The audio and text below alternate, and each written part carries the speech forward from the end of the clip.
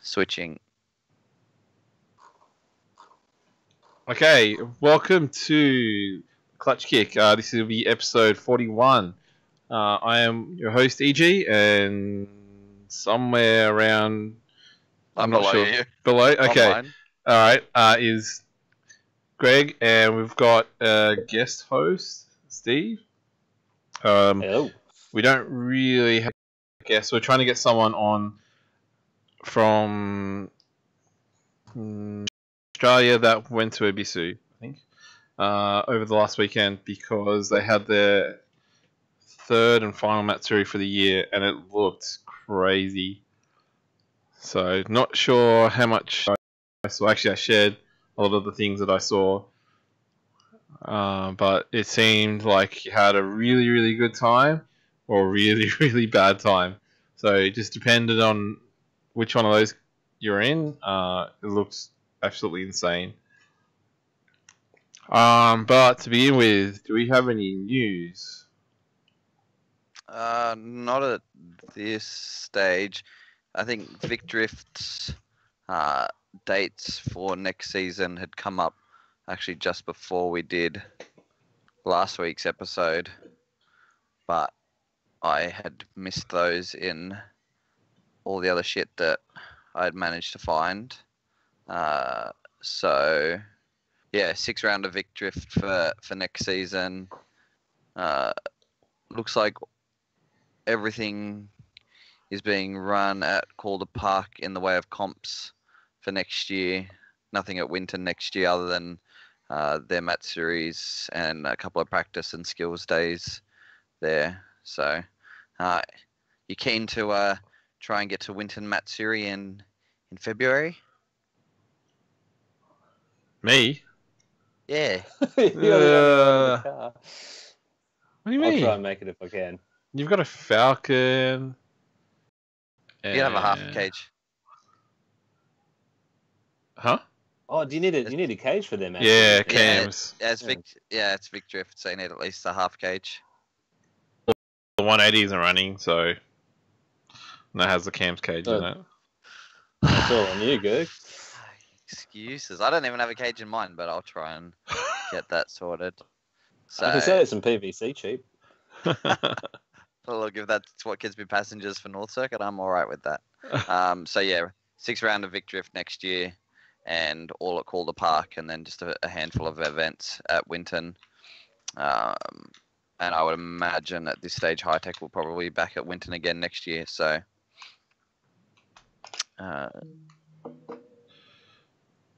yeah, that's as far as I'm aware. That's the news locally. And then, yeah, pricing and stuff for the test day at Talon Benz is now up. It's like $10 to go and spectate. They reckon they've got 30 odd cars or something secured for the test day at Talon Benz. Who am I hearing myself through? That's Bloody Steve. Steve, mate, ruining our stream. Last thing I want to hear is my own voice. What is it? Port also announced one of their first self-run days, I guess. So not a private booking. Yeah, the first weekend of same day as the final round of High Tech. Port Macquarie will be running its first in-house run drift event. Well, it's not really their first. They're running the Kembla, those nights that were running down at Kembla already. So the guys know what they're doing, and they pretty much run all the events that already happen at Port. They sort of lease it out to people to run their own event promotion, stuff like Spawn and Spring Jam and the Bash. So yeah, they'll be running their own event. So anybody who's not headed down to High Tech, it's a pretty good opportunity to get a whole bunch of track time. It's limited to 60 cars, but I'm not sure they'll get 60 cars on that weekend. So a good chance to get up there and have a thrash. So I might take the 350 up there and burn 2 sets, be done by 11 a.m. and go home. Come down to Wakefield to watch High Tech. Well, aren't you driving, mate? Did you get your sponsorship deal to drive High Tech? Nah, not yet. Still waiting for a cage sponsor. Ah, yeah, fair enough. Cage Hmm. sponsor and a week and a half to do it or whatever it is. Yeah, it's not that long, is it? Not at all. I think you're gonna think need it's a. Yeah. I've seen a lot of the Queensland crew are planning on coming down to that as well. Queensland crew. Yeah, yeah, I don't know who you're talking. Yeah. Yeah, I'm not sure who you're talking about. Well, Dan Keneally's coming down. I'm I know not he's sure, one of yeah. your. I know he's one of your favourite drivers, so you should be keen to go watch him. Throw down? I think is his words. He wants to throw down at Wakefield. I'm pretty sure he's judging, so I'm not sure how much throwing up he's going to be doing. Oh, is he judging? Yeah, Yeah. judge the whole series. Yeah, right. I should know that.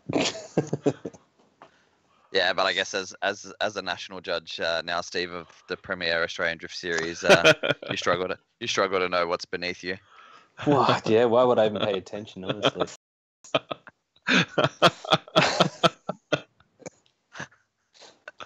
Oh, we'll have more death threats soon. Okay.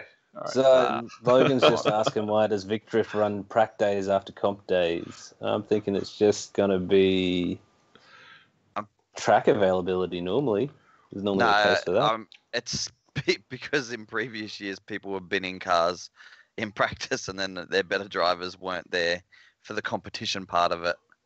So they doing it that way. I think also because they can run in by running at Calder, they can run into the night. So it basically means they've got a longer day to run the comp on rather than doing it on the Sunday and getting stuck with time constraints at a Jazz. So that's generally why. And then also for a practice day, you generally get the guys who, if people want to compete, they'll normally take a day off work. So if they're working on a Saturday, they'll take the day off to compete, where the guys who just want to get out and thrash generally won't take a day off work to do it. So I think that's also one of the other big reasons for the way they've structured that. So I think that's a few. One of our potential guests just messaged me back. That's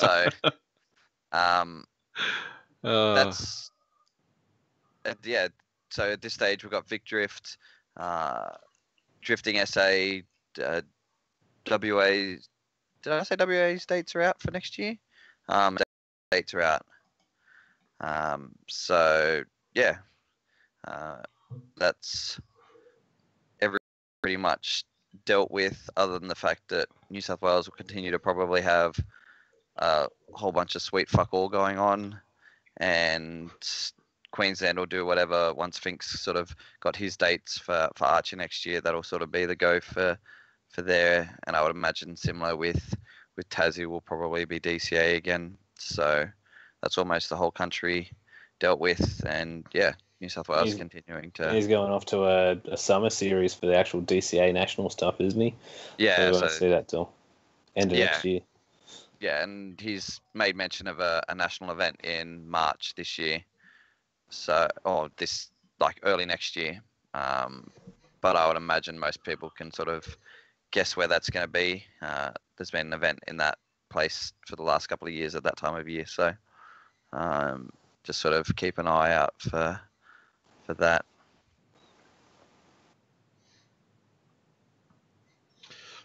That's it, I think. Yeah, I think that's pretty much it. I think I'm going to tell our other potential guests we'll grab him in a couple of weeks. So, yes, no, yes. Is it a secret? Well, I don't know. Or do you want to be surprised? Oh, I think we can just get more people to ask him questions. So. Okay, cool. All right. Well, so initially we were thinking about getting someone on that had been to the Ebisu Matsuri that happened last weekend. It also included the final of the G1 GP round, which is normally filled with Aussies, but this time there's a lot of different countries represented. So that was kind of cool. What I heard from going pretty hard last time I was there in August. So I'd imagine if people on the track and suddenly you've come up over the crest and you've seen people like trying to wave you down and you're going full, foot flat up the crest, then you're going pretty fast and you probably can't slow down in time. And I guess it's lucky that he didn't hit anyone. There was no one on the track or anything like that as well. Yeah. Well, there was people. There were people on the track. So really? Because they were trying to tell them to stop. I think they were running because coming up North Course, it goes uphill, but then it turns to the left, and there's it's kind of like it is a crest, but it's not like a very sharp crest. It's blind though. You can't see anything heading up to it. Yeah, so by the time you get to the top of the hill, you're in third, in probably like a really sort of near the top of the power band. Sorry, just cut out.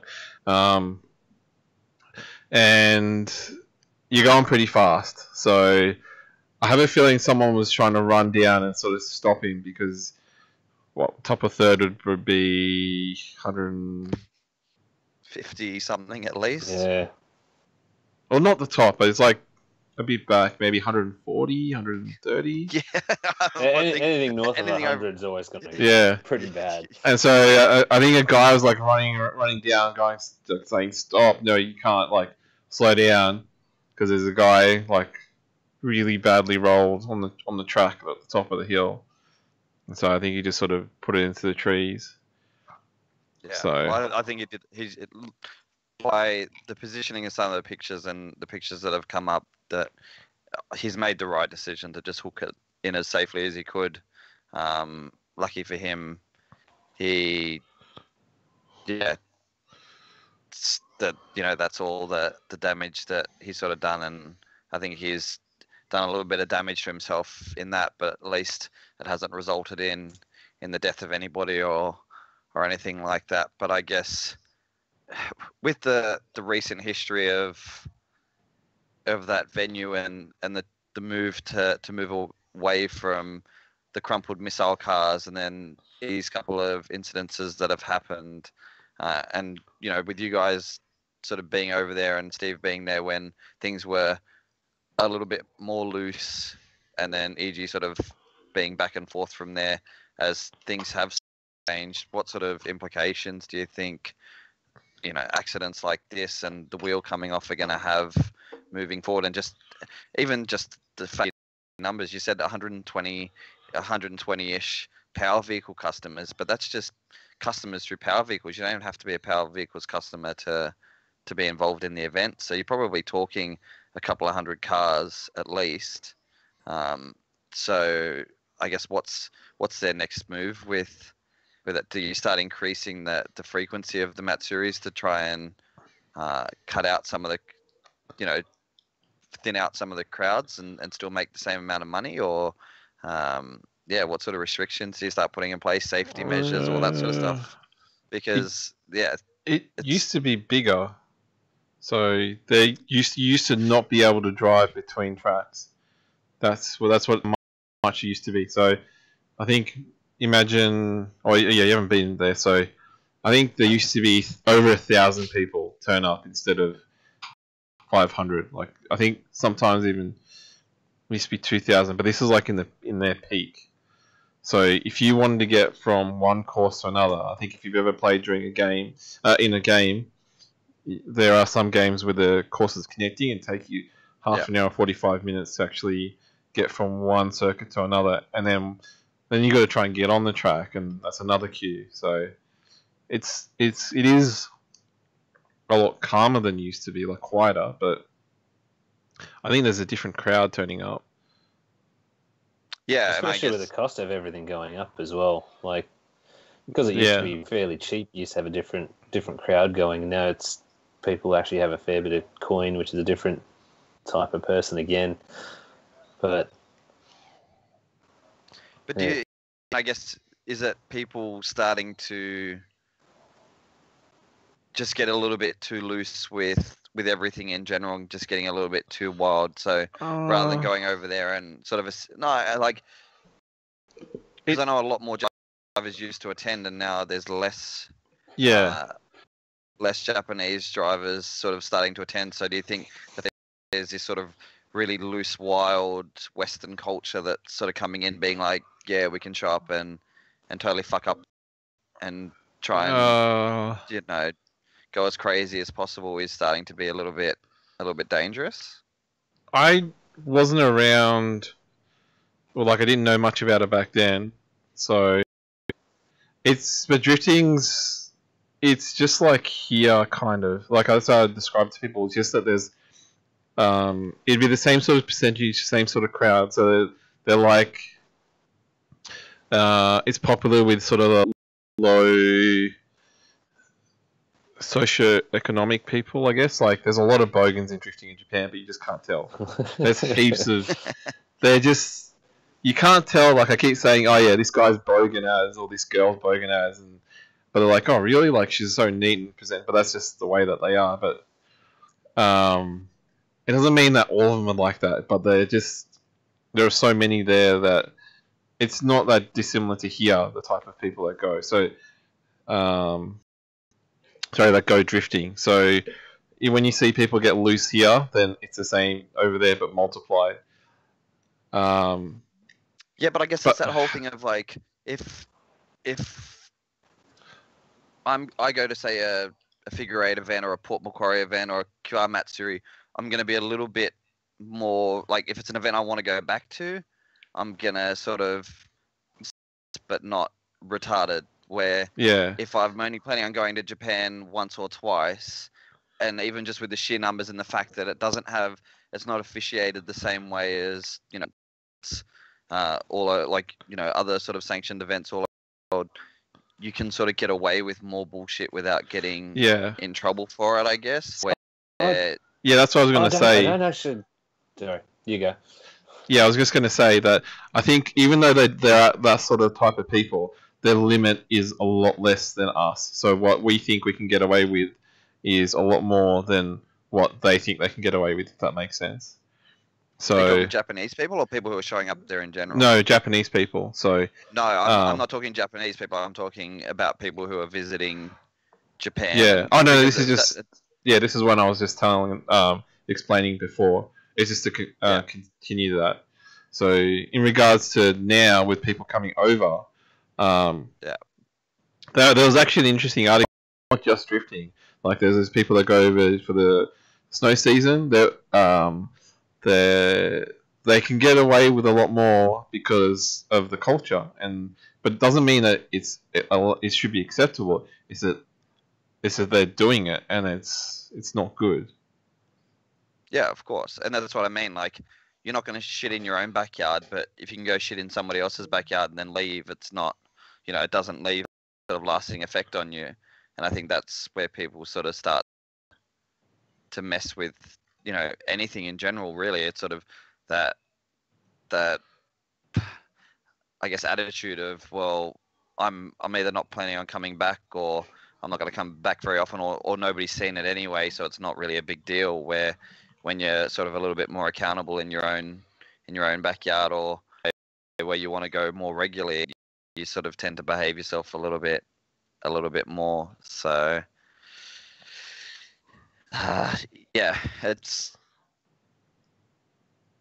do you think they'll go with direction with, I guess, rules and stuff after this, though? Do you think, considering it, so my understanding with it is that it's sort of self-officiated, I guess. You sort of just have guys sort of keeping an eye on tracks, and if something does happen, they sort of wave everybody down, and everybody sort of slows down. That was only on the Matsuri weekend itself. During the week, there wasn't even anyone on track. Yeah, or has that changed? So it's up to your mates and stuff. Yeah, but that's what I mean. So it's sort of up to your mates or other people on that track if they're just spectating to sort of try and warn people of danger. But there's nothing else really there, right? But yeah, I guess for me looking at it... Oh, no, there is stuff there. Some of the courses, Higashi and Nishi, there are people there on cameras, but they're watching particular points. So if something happens outside of that viewing area, then you're kind of relying on the people on the track to sort of get everyone to slow down or just help out because there's just not enough people there and there's not enough coverage. So but there are cameras and there are people watching.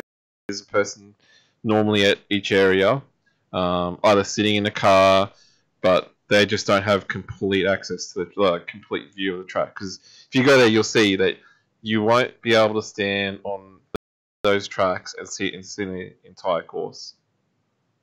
But that's only on the Matsuri weekends, though, right? Like during the week, you don't generally have marshals or flaggies on track. Not on the smaller courses. So at Higashi, none of the drift courses because they don't. Maybe at Minami, but that's probably about it. Higashi's only open on the weekend, though. Anyway, isn't it? No, they're open. You have to pay for them. They're separate. So right. Usually they're private bookings. But I guess for ones like North Course, should they be running like a light down at the far end at the hairpin so that if something does happen further up, because I'm imagining there's a light there is lights. Apex of the crest, yeah. Yeah, okay, there is a light. Yeah. Yeah, so, but I guess at that stage it may be just a little bit too late. It's also the mindset of the driver. If the driver's been driving all week and not been bothering to look out for those lights, there's a chance he's not going to see it. And he's not looking for it, It's not super bright too. Like it's a rotating beacon sort of light as well. Yeah. Yeah, so I guess they've got the safety, and I guess the warning signals in place and probably in all the right places, but depending on how late in the weekend and I guess considering a lot of the dudes are now showing up and almost doing a week beforehand, it seems like it's fairly busy for, at least a few days before Matsuri, because everybody's getting over there early, getting their cars sorted, and then if they're sorted, they'll go out and drive. They're probably in the mindset if nothing's happened, they're not looking out for that sort of stuff after a couple of days of solid driving, and then when something big does happen, they're not ready for it because they haven't had a whole bunch of flags or lights, waved in their face for a couple of days. Okay. So, I'm surprised of flipping it at North Course. Normally it's Toge. There's this one spot that every year that I've gone, well, the 2 years I've gone, there's always a car that flips there. That bit down the hill. People always clip the wall and it just tips them over. Yeah. Yeah. I think they've cleaned up the face of the wall in that section, right? A little bit more. No. If anything, it probably would have washed away, and they've just sort of picked up the dirt and moved it somewhere else. yeah, maybe. But you're talking the far end on the hairpin that returns to take you sort of back towards the. So you come across the top of Toge, and that's when you first start dropping back down again. Yeah, to head back. Looking at Adam LZ's videos, that Toge actually looks pretty well groomed for this Matsuri. Looks like most of it's been cut back properly. No, that's just it's just the seasons. So if you go there, depending on the season, the fact that it's fall, it means it's just clean now. Yeah, if you go back in, it's just the season. That's all. Yeah, the last time I went there, Toge was actually falling apart. The track itself, I broke a knuckle on it just because of a pothole on the first hairpin. So I don't know if they've tied any of that up since, but I think a whole bunch of it got fixed after the big earthquake because. No, they went after the big earthquake. What's that? Oh, you went after the earthquake? Yeah. Well, that's probably why. So it's probably been slowly since then. I don't think So the issue with Ebisu is the track doesn't really, it generates an income, but it's nowhere near as much as a safari park, and the income from the safari park was actually funding the track, and that was low because of the issues that were happening around that area because of the earthquake, because of I think it's directly as a result of the earthquake. So the power's they changed from nuclear power, so they shut all of them down, and they went to other power, so they had to do cost savings, and I think they charged people more for electricity during that time, and so there's a whole bunch of solar farms now. People didn't want to go there because of the the nuclear radiation that was there. They didn't want to travel because they had money. It's just like it's really tough for them, and that's probably why it's taking some time for them to recover. Yeah, because that place is going from whenever it was first built to like into the 2000s. Just watching the videos online of what it used to look like and what it looks like now, it's such a big difference. It looks like it's been there for such a long time, but they sort of pumped out the additions to the track, put walls in, filled in a lot of areas, put up concrete, put up open pits, put up buildings, and then the earthquake, and then that knocked over a lot of stuff. Yeah, well, a lot of it slid down hills and... Yeah. Yeah. But I guess... So where does a weekend like this leave them moving forward? Do they sort of just keep doing what they're doing and sort of just accept the fact that, incidents like that happen on the weekend are going to happen?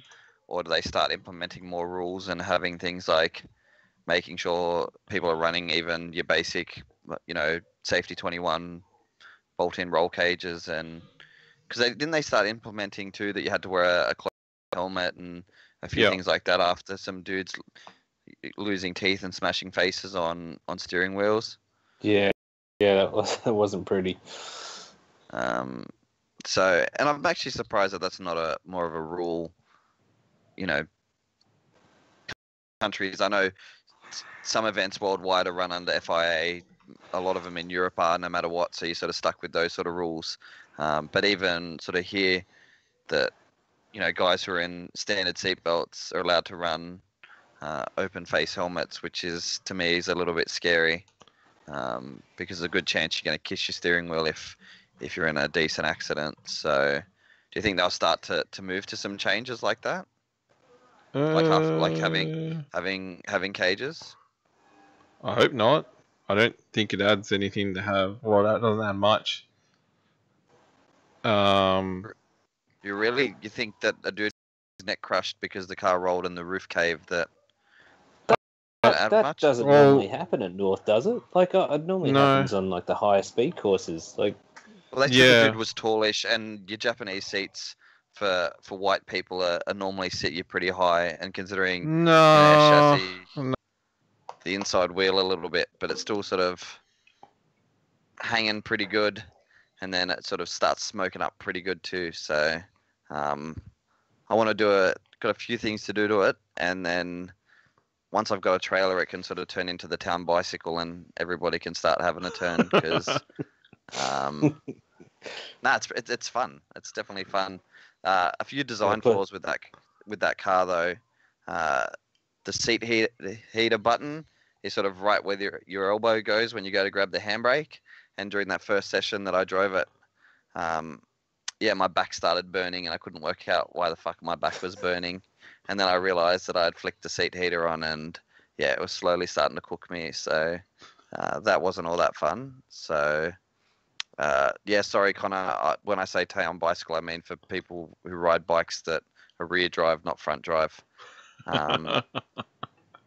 What's that bike called? A penny wheeler or whatever. Penny farthing. That thing. Yeah, that's the one. Yeah, that's Connor. You can stick to them, mate. And everybody else can stick to a regular bike or your tricycles, whatever you ride. But yeah, definitely a good base to start with. So Wakefield Monday. Let's see what happens. Don't care. How was the power like compared to your car? Like going from a peaky turbo down to an 3.5. 400 kilowatt car. I'd never drove that car with 400 kilowatt. I never saw the sense in actually turning up the wick that high. Because what are the Zed's factory? They're about 230. Yeah, maybe at the motor.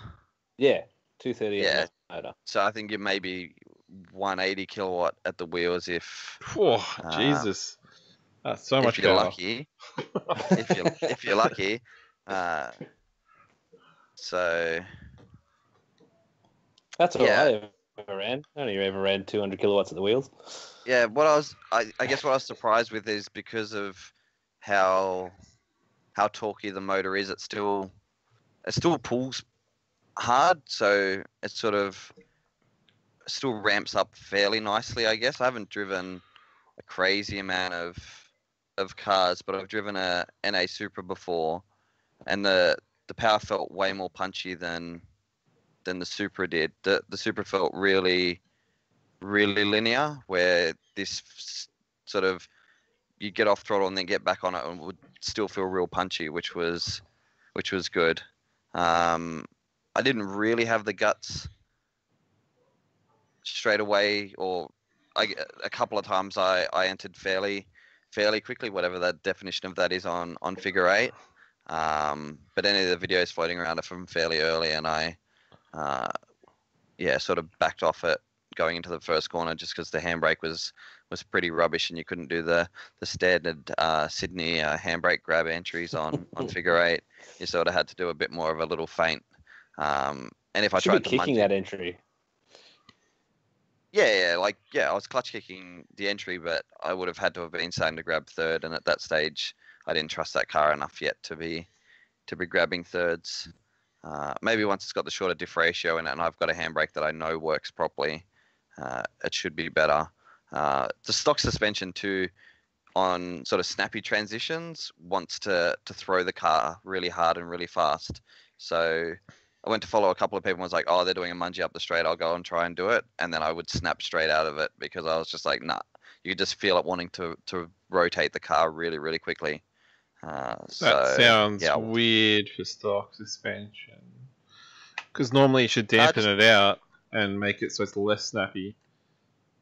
Yeah, but it's sort of more once it actually unloaded. Like, it would feel real soft, and then it'd come back on you, it'd feel soft. And then when you want to hard the other direction, it sort of loaded it up and felt like it wanted to just rotate. So yeah, wasn't super keen on that.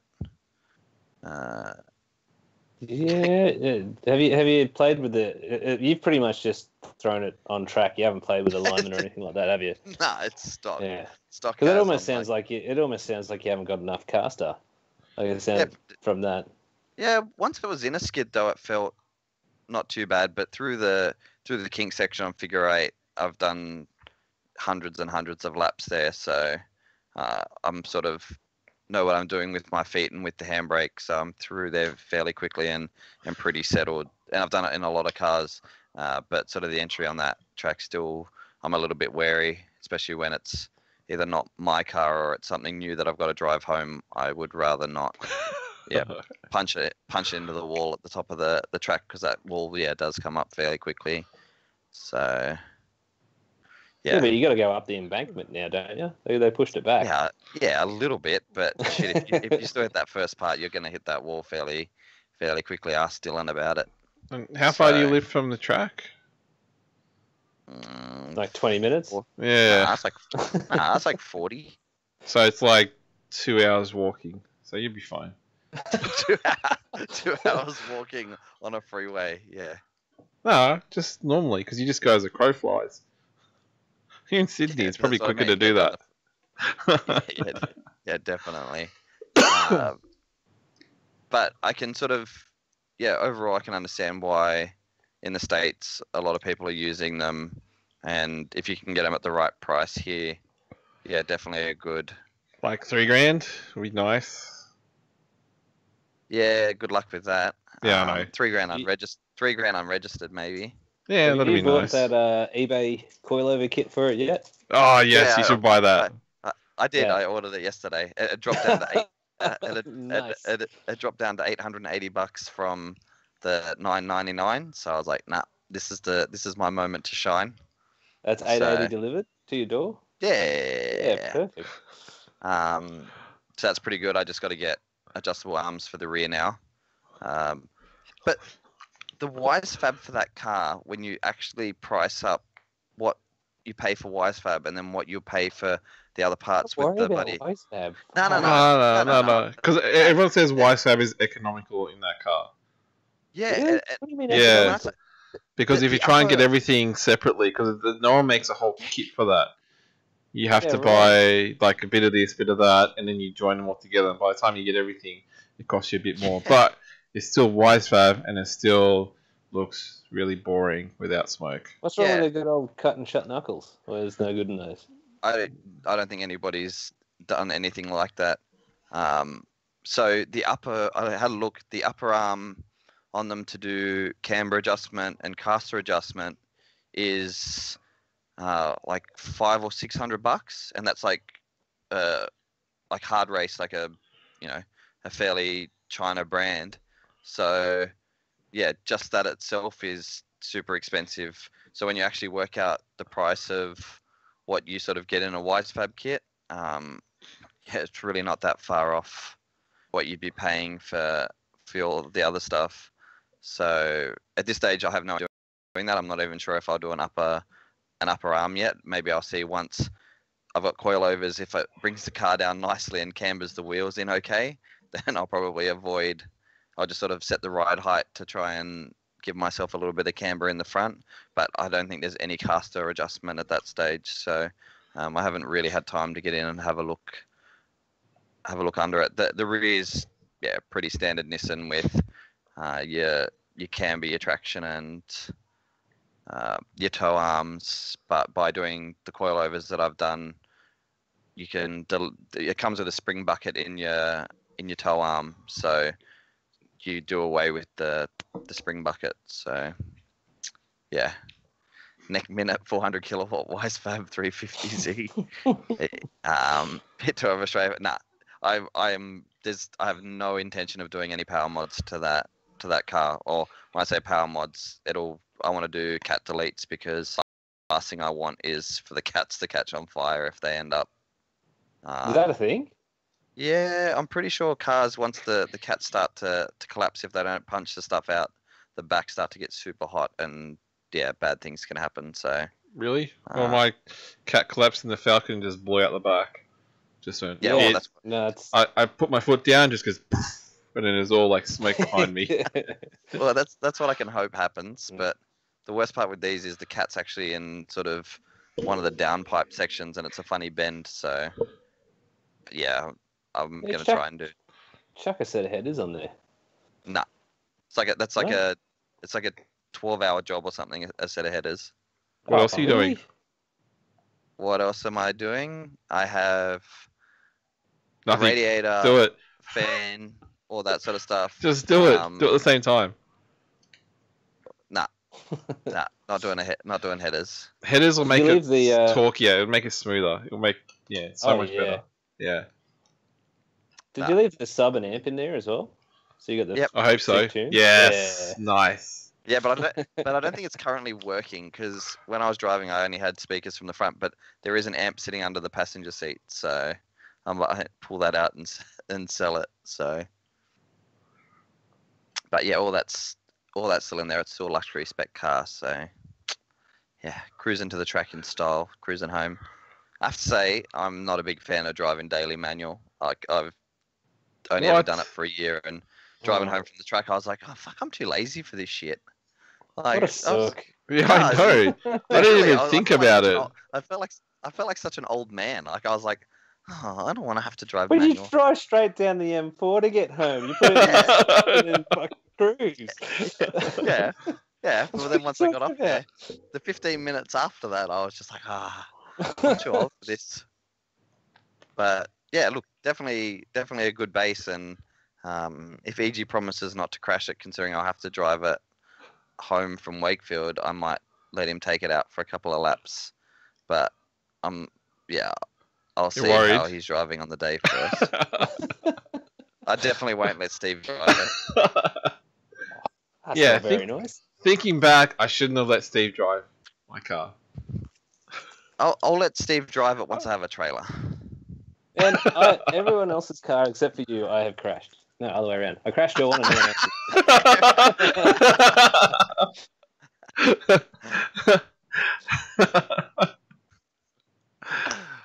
Rob said it'd be easy to do the headers when the motor comes out to pull an LS in it. Actually, are there any events early next year, like January-ish? Do we know? Like just practice ones? South Australia. South Australia's got their summer series. No, the Matsuri. Taylor Matsuri. Oh yeah, Taylor Matsuri on Australia Day weekend. I think Sol should be is Woody. Yeah. I think because I'm hoping to have a car going finally for next year, if not before the end of the year, which would be nice. So is the new car going to be regoed to start with? Maybe. Yeah, so we'll just do a crap load of figure eight, drift school, and wet pan together. Wet pan in this car is going to be pretty ordinary. I can tell you that straight away. Wet pan in any car is really ordinary. Yeah. Falcon goes good in the wet pan. Yeah, because it's long. But yeah, I'm happy with the power levels in the car. It's enough to do. Yeah, to do. I was driving with. I think I went out with 45 psi in the rears, and the car felt pretty settled on that sort of tire pressure. You would have been shredding your tires on the figure eight with 45, wouldn't you? Not too badly. I probably did. They were hard second handies, so. All right. But yeah, I was getting a good few sessions out of them, and then once I got comfortable, I was pretty much flat foot most of the way. What was good, and I've never actually driven a car that was my own, I don't think, set up like it, was having just street tires on front and street tires on back. Normally I would run some sort of high performance tire on the front, and yeah, normally grip up the front heaps, but I started with sort of mid 30s in the fronts. It was a little bit understeery to start with, so I dropped them down into, I think, the high 20s maybe, or the low 30s, and the car was super balanced. And the car was super balanced, so. Totally put nitrous on this car, by the way. Nah, not happening. Nitrous is rad. I have used a drift car with nitrous before, and it was really, really cool. Yeah, it's just expensive. Only initially, but you can get them set up pretty cheaply. No. The actual NOS kit itself is cheap. It's refilling the bloody thing that gets expensive after a while. Unless you can break into hospitals or dental offices and just fill up your bottles there. Why is my tire pressures crazy, EG? You think too high? Yeah, I think they're way too high. Yeah. No, I run 36. Oh, okay. On the front. What, on figure eight? Oh, right. Oh, and everywhere. Yeah, right. Yeah. Yeah, I could run between 30 and 40. It doesn't really make a difference because they're on streets now. Yeah, because the 8.6 only ever ran about 28 psi in the front. Yeah, I didn't really feel that much of a difference between it for street tires. Yeah, I guess for me, I was hoping having standard lock that, you know, when it's standard lock and then way too much front grip, you're sort of at the mercy of what the front tires are doing, and then if you lose front grip, then you're pretty much totally cooked. Where this felt like at least all I needed to do was dip the clutch and it would bring the front sort of back around for me to slow the rear down. I'll take your word for that one. No, it's okay. Usually, my issue is I have too much grip at the front, and it's annoying because I can't slide it for long. Yeah.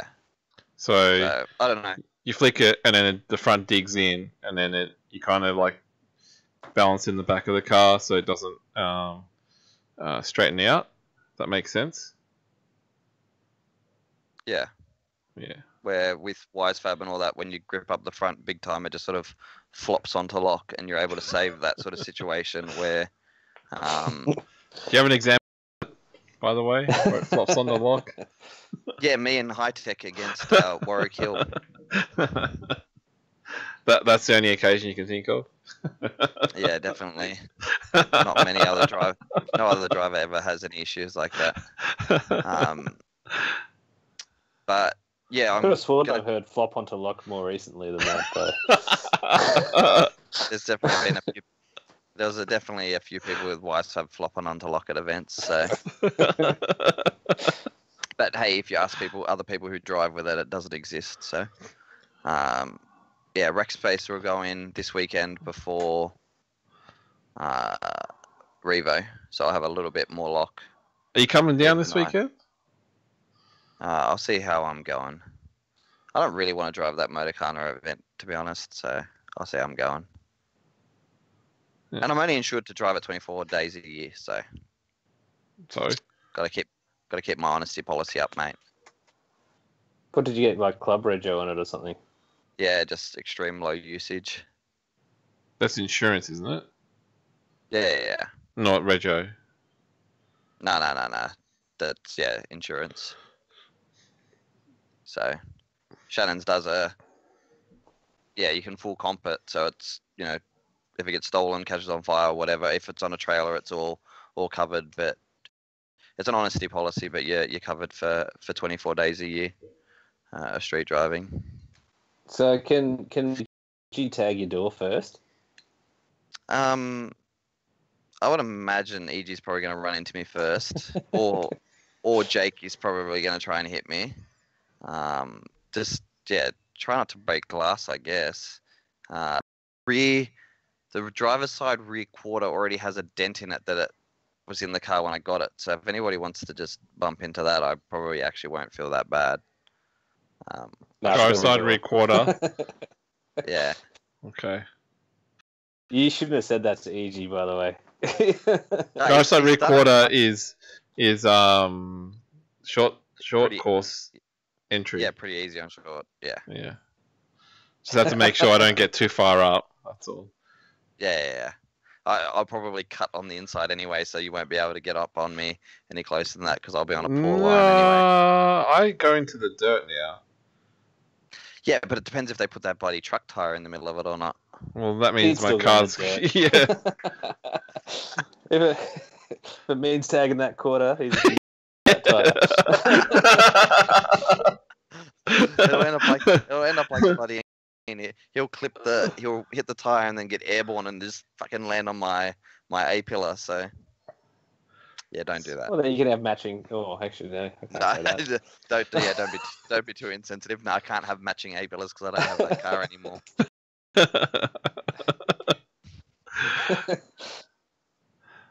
Jake said, Steve, you can't hit me there because you don't drive. Jake didn't hear that I'm building a new car, so that's all right. Yeah, but you still don't have a car. Oh no, you got the Falcon. You just bring the Falcon down. No, I'm teaching drifting on that day, unfortunately. It's Jake's last hurrah, and you're not going to be there, mate. Yeah. Yeah, no, I'm trying to bring up the new and upcoming drivers of Australia, the new high tech drivers for Sydney. So I'll be doing all my handbrakes and my figure eights, and we'll be. Are you allowed to say that as a drift school instructor? That's what we do. No. I meant to send pushing him that direction. Towards high tech. I didn't want to say it. But Steve's got to put his foot in it today. Yeah. I don't see why not. Okay. I'm just taking showcasing out. I'm just taking the piss.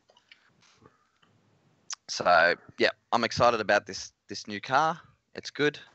I'm excited to start getting a few bumps on it eventually, and I would imagine I'm going to need a trailer sooner rather than later because even on figure eight I started getting carried away and sort of cutting the corner on the first corner to be able to chase after people quicker and get closer. So, Jesus, your dog's getting upset again, mate. No, it's a neighbour coming home. That's all. Okay. Yeah. So yeah, I was starting to get carried away already, and then I remembered that I had home at the end of the night. So that pretty much happens with every drift car. Yeah. So I drove my car home from Eastern Creek with a totaled quarter. Well, Oh, back yeah. when they did the full.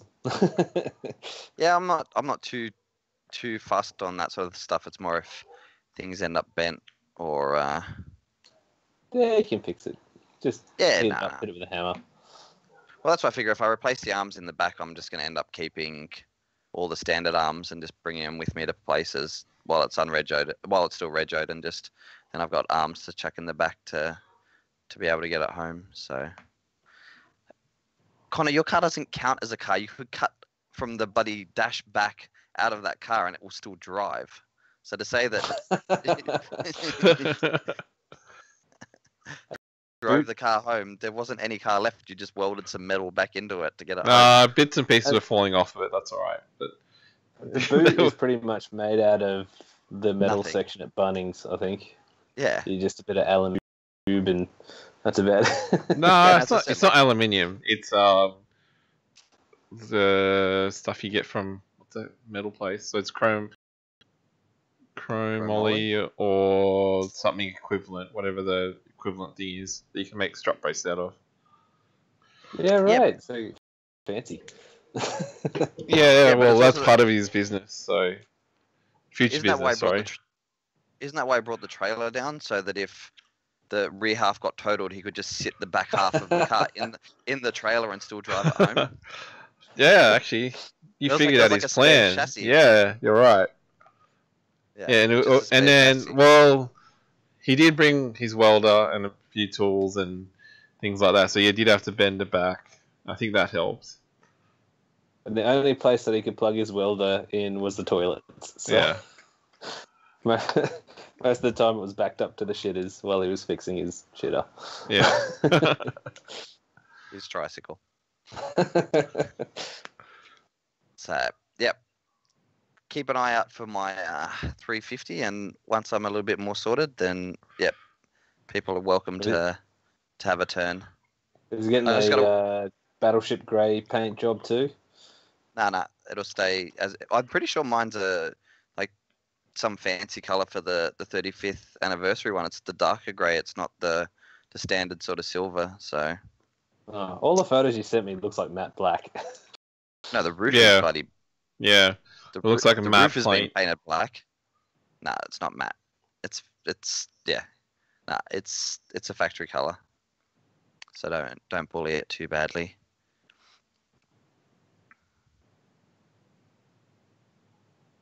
He's worried that his house is getting broken into and he's gonna. No, it's the get neighbor's lucky. car alarm, I think.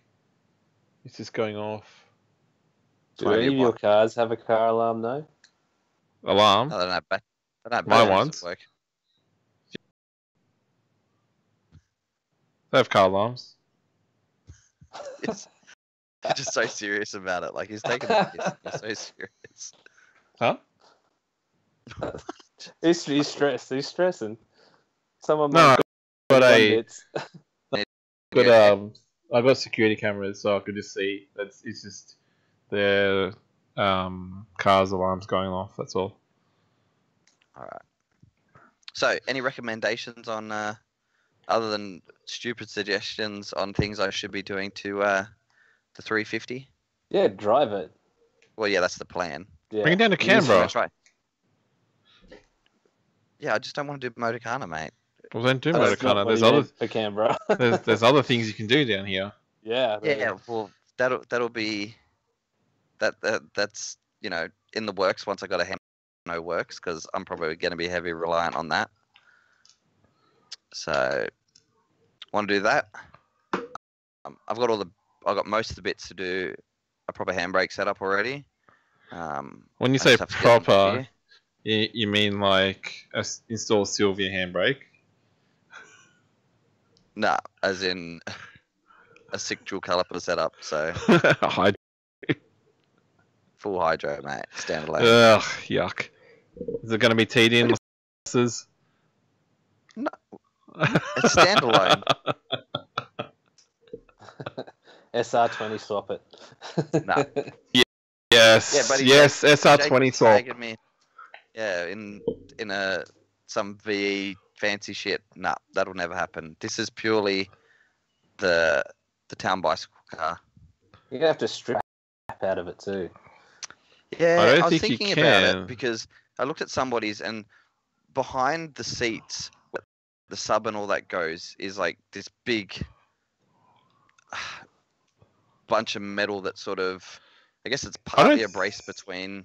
I don't think you get the- any advantage out of stripping it out. No, but there'd be a hell of a lot of deadening in those things, wouldn't there?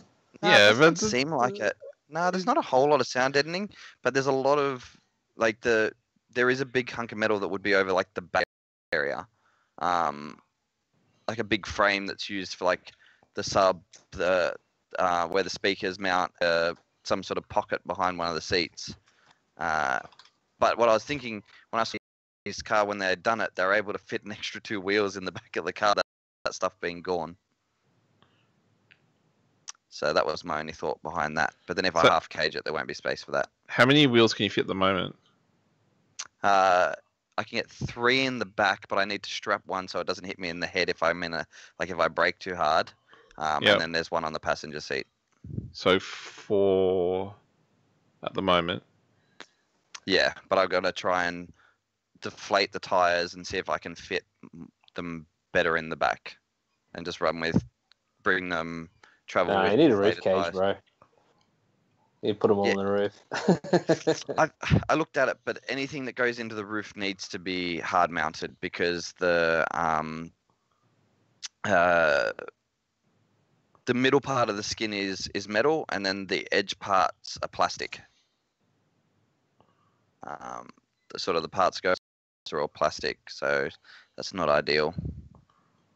I do have crappy eBay spec roof racks that I did use on the 14, so I may end up doing that. But ideally, I would be able to fit 4 in the back and 2 on the roof, so then I can carry a passenger. So I'm going to work on that. Do they make such a thing like a boot storage thing? Yeah, I've seen some pictures, but people sort of use roof racks and then only sort of strap long things to the back, like snowboards and shit, to Bunnings or Home Depot and all that sort of crap. I've only seen pictures of one car where they've done wheels on the roof, or somebody's done wheels where they've left the hatch open and had a tow bar. Can tow bar and take a box. No, it'd be too expensive. I reckon the tow bar would be like $1,500. What?